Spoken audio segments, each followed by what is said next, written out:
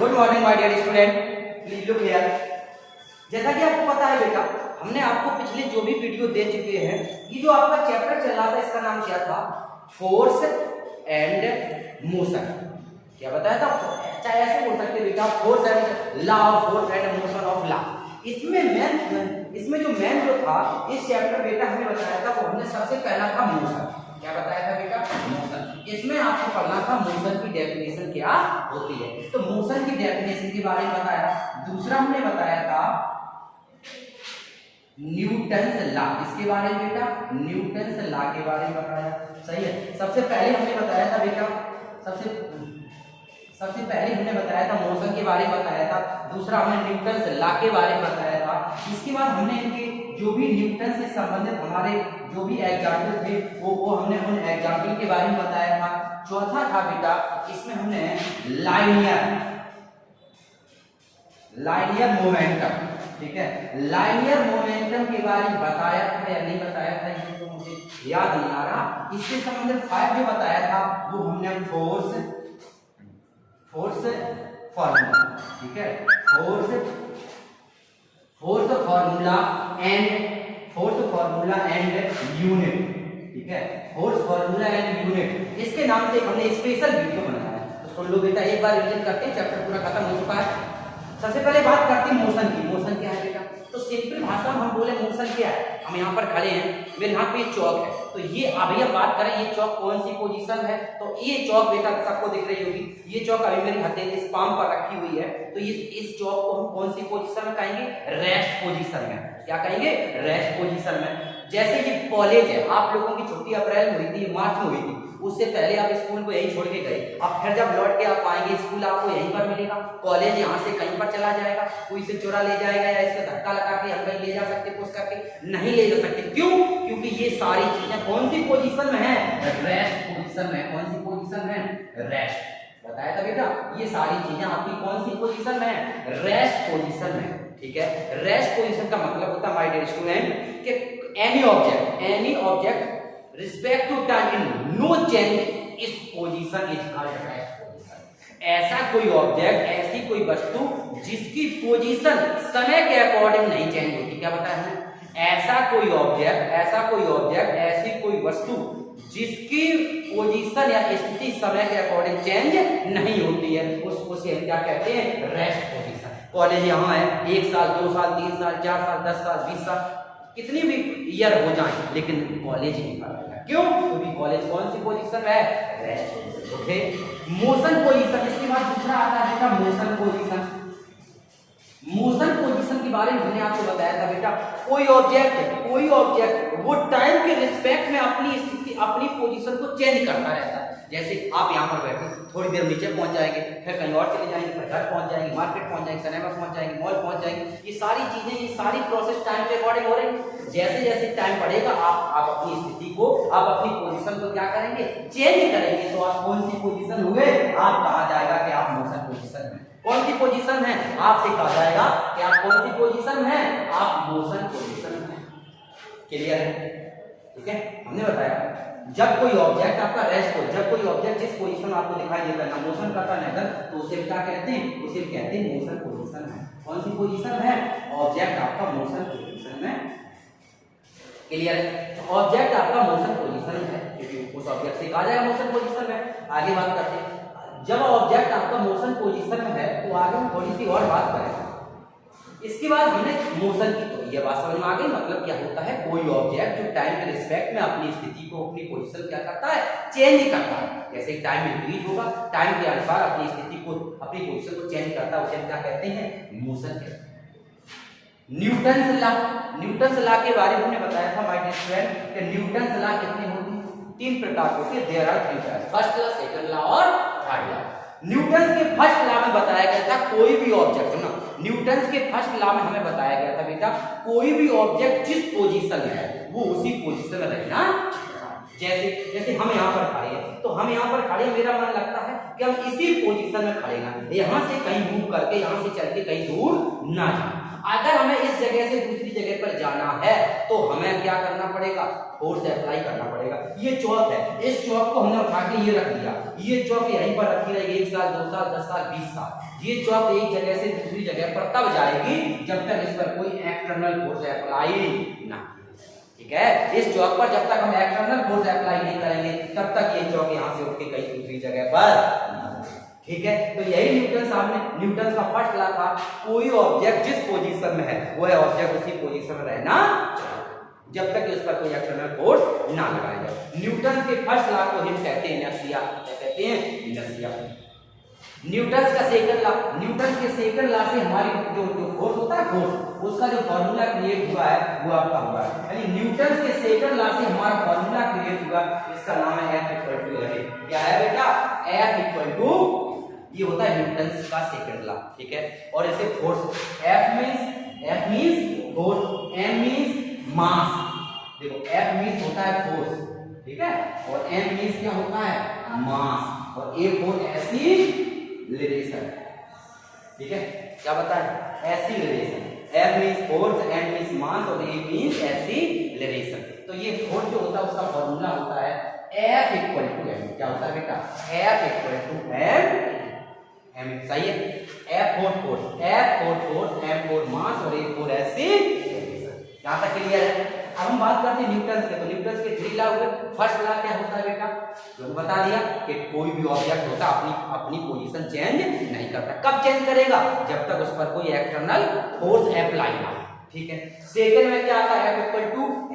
और न्यूटन का जो थर्ड लॉ है, न्यूटन के थर्ड लॉ से हमें पता चलता है, न्यूटन ने अपने थर्ड लॉ बताया था एक्शन और रिएक्शन। क्या होता है, एक्शन एंड रिएक्शन, याद रहेगा बेटा।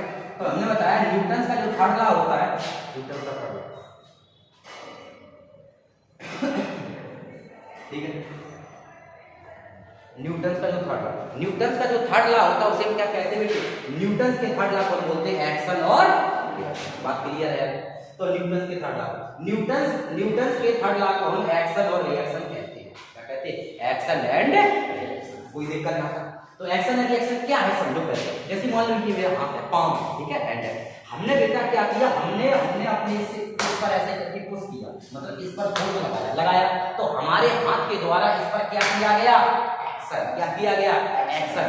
हमारे हाथ के द्वारा, इस हैंड के द्वारा इस ब्लैक बोर्ड पर किया गया एक्शन, लेकिन ब्लैक बोर्ड भी हमारे हैंड के अपोजिट डायरेक्शन में क्या करेगा, रिएक्शन। क्या करेगा, रिएक्शन। तो ऐसे हमने मारा, हमारे भी हाथ पर लगा, क्योंकि वो है रिएक्शन। इसी को बोलते हैं एक्शन और रिएक्शन। न्यूटन का थर्ड लॉ, क्या बोलते हैं, न्यूटन का थर्ड लॉ। जैसे आपने छोटे बच्चे को देखा होगा, छोटे बच्चे को देखा है आपने, देखा होगा छोटे बच्चे को आपने एक लगा दिया, तो आपने वो छोटे बच्चे को एक लगा दिया, वो क्या हो गया, एक्शन। और छोटे बच्चे ने जो आपको बहुत ही सम्मानजनक शब्दों से आपका सम्मान करता है, गाली दे करके छोटे बच्चे को तुमने मार दिया तो हो गया एक्शन। और जब छोटा बच्चा तुम्हें बहुत बढ़िया गाली सुनाता है तो उसको वो क्या हो गया, रिएक्शन। यानी हम कोई भी एक ऑब्जेक्ट किसी दूसरे ऑब्जेक्ट पर क्या करता है, एक्शन करता है, तो दूसरा ऑब्जेक्ट भी उसके अपोजिट डायरेक्शन में क्या करता है, रिएक्शन। सही है। जब छोटा बच्चा आपको मार नहीं पाएगा तो गाली तो दे ही देगा। बात समझ आई कि नहीं आई? हाँ। तो ये क्या हो गया, न्यूटन का थर्ड लॉ, इसे बोलते हैं एक्शन और रिएक्शन।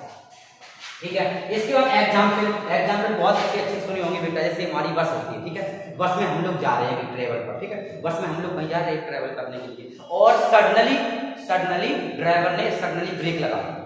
ड्राइवर ने सडनली क्या लगा दिए, ब्रेक लगा दिए। तो हम क्या करते हैं, बैठे हुए एकदम आगे की तरफ हो जाते हैं। क्यों? क्योंकि उसमें लगता है न्यूटन का फर्स्ट लॉ। क्या लगता है, न्यूटन का फर्स्ट लॉ। क्योंकि जो बस है, बस आपकी मोशन पोजीशन में है और हम उसमें बैठे हैं, तो हम कौन सी पोजीशन हुए, मोशन पोजीशन। दोनों मोशन पोजीशन हुए। जब दोनों लोग मोशन पोजीशन में हैं तो बस में अचानक सडनली ब्रेक लगाई, बस चालक ने सडनली ब्रेक लगा दी, बस तो रुक गई, लेकिन हमारे शरीर की जो बॉडी, हमारी बॉडी में थोड़ी ब्रेक है जो रुक जाए, हम आगे तरफ जाते हैं। ठीक है। दूसरा एग्जांपल, जैसे हम लोग घोड़ा पर बैठे, घोड़ा रेस्ट पोजीशन में, और एकदम कोई घोड़ा को सिगरेट पी रहा हो और आप घोड़े पर बैठे हो और पीछे से कोई छुआ दे घोड़े को, सिगरेट छुआ दे, जैसे ही छुआ दे घोड़ा भागेगा, घोड़ा आगे तो पीछे डरे। क्यों? क्योंकि घोड़ा अच्छा सडनली कौन सी पोजीशन में आ जाएगा, मोशन में। घोड़ा सर्टनली मोशन पोजीशन में आ जाएगा, लेकिन आप उस पर बैठे हो तो कौन सी पोजीशन हो, रेस्ट पोजीशन में। तो आवर्स घोड़ा, घोड़ा और आप मतलब हॉर्स और जो पर्सन हो, हॉर्स और पर्सन दोनों के बीच में जो जो पोजीशन के डिफरेंस होने का, एक मोशन पोजीशन और एक रेस्ट पोजीशन, दोनों का अंतर होने के कारण एक व्यक्ति गिर पड़ता है। ठीक है, ये सारे बहुत अच्छे अच्छे एग्जाम्पल है। एक जैसे देखो कंबल जब गंदा हो जाता है तो डंडा वगैरह से निकाल देते, ऐसे हिलाकर कपड़े कैसे कर देते, मिट्टी बाहर निकल जाती। क्यों निकल जाती है?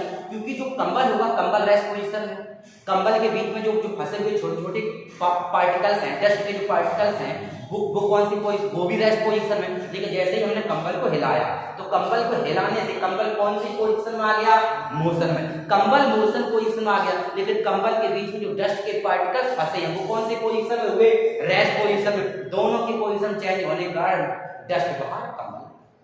ठीक है, इस प्रकार डस्ट साफ हो जाती है। आप लोगों ने बहुत सारे काम करते रहते हैं, लेकिन कभी मालूम नहीं होगा कि इसमें फिजिक्स लगती है, इसमें फिजिक्स लगती है। ठीक है, जैसे हम लोग बंदूक चलाते हैं तो बंदूक जो गन होती, गन है, गन से आपने एक बुलेट चलाई, जैसे ही आपने गन से एक बुलेट चला दी तो बुलेट बाहर निकल जाएगी। बुलेट तो बाहर निकलेगी, लेकिन बंदूक जो गन है, गन चलाने वाला जो पर्सन होगा वो पीछे को हटेगा। क्यों? क्योंकि जो बुलेट है, बुलेट गन ने बुलेट पर क्या किया, एक्शन। क्या किया? गन ने बुलेट पर किया एक्शन, तो बुलेट आगे भागेगी, लेकिन बुलेट भी तो कुछ ना कुछ करेगी। तो बुलेट क्या करेगी, गन पर रिएक्शन, पीछे की ओर। इस प्रकार बुलेट आगे, बंदूक पीछे, गन जो पीछे को जाता है। ठीक है, तो ये सारी चीजें एग्जाम्पल बहुत अच्छी अच्छी वीडियो बता चुके हैं। वीडियो को डिटेल से देखने के लिए पीछे वाले वीडियो जरूर देखें। लाइनियर मोमेंटम की बात करते हैं बेटा। ठीक है, लाइनियर मोमेंटम, तो लाइनियर मोमेंटम होता है P बराबर mv। क्या होता है बेटा? P बराबर mv। तो हम ये कह सकते हैं, हम ये बोल सकते हैं जो लाइनियर मोमेंटम होता है क्या होता है, यानी लाइनियर मोमेंटम किसी पार्ट्स के मोमेंट, सॉरी मास, क्या होता है लाइनियर मोमेंटम किसी बॉडी, लाइनियर मोमेंटम किसी पार्ट का मास तथा उसकी वेलोसिटी का प्रोडक्ट होता है। कह सकते हैं, क्या बता है लाइनियर मोमेंटम, बिल्कुल सिंपल लाइन है। m क्या है, मास, v क्या है, वेलोसिटी। तो हम ये कह सकते हैं, हम ये कह सकते हैं बेटा, जो आपका लाइनियर मोमेंटम होता है क्या बता है, लाइनियर मोमेंटम, ये बता हमने आपको बताया बेटा, जो आपका लाइनियर मोमेंटम होता है वो किसी पार्ट्स के मास और वेलोसिटी का प्रोडक्ट होता है। सही है, क्या बताया हमने, जो आपका लाइनियर मोमेंटम होता है वो किसी भी बॉडी के मास और उसकी वेलोसिटी का क्या होता है, प्रोडक्ट। ठीक है, इसके यूनिट की बात करें, मोमेंटम के यूनिट की बात करें तो यूनिट क्या होगी, देखो m फॉर मास, मास की यूनिट होती है kg होती है, v फॉर वेलोसिटी, इसकी यूनिट होती है मीटर पर सेकंड। तो याद रखना, जो हमारा लाइनियर मोमेंटम, जो हमारा लाइनियर मोमेंटम होता है, उसकी हमारी यूनिट होती है किलोग्राम इनटू मीटर पर सेकंड। क्या होती है बेटा, किलोग्राम इनटू मीटर पर सेकंड। क्लियर है? क्या बताया बेटा, जो हमने बताया बेटा आपको, जो आपकी यूनिट, जो आपकी लाइनियर मोमेंटम की यूनिट होती है, यूनिट वो होती है किलोग्राम इनटू मीटर पर सेकंड। ठीक है बेटा, तो ये फार्मूला आपको लर्न करना है, आपकी अभी न्यूमेरिकल नहीं होगा। ठीक है, P इक्वल टू m होता है linear momentum, force and force की यूनिट इसके बारे में बता चुके, जो वो होता है किलोग्राम इनटू मीटर पर सेकंड स्क्वायर। इसी को हम क्या बोलते हैं, न्यूटन। क्या बोलते हैं बेटा, न्यूटन। ठीक है, अब इतनी सारी चीजें पूरे चैप्टर को हमने 20 मिनट में बताया है, तो फास्ट तो होगा हमने।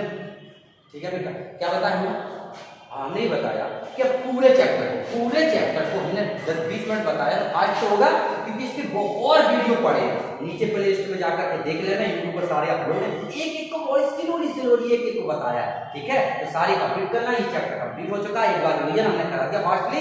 कल हम मिलेंगे नए वीडियो के साथ, कल हम न्यूमेरिकल आपको सारे न्यूमेरिकल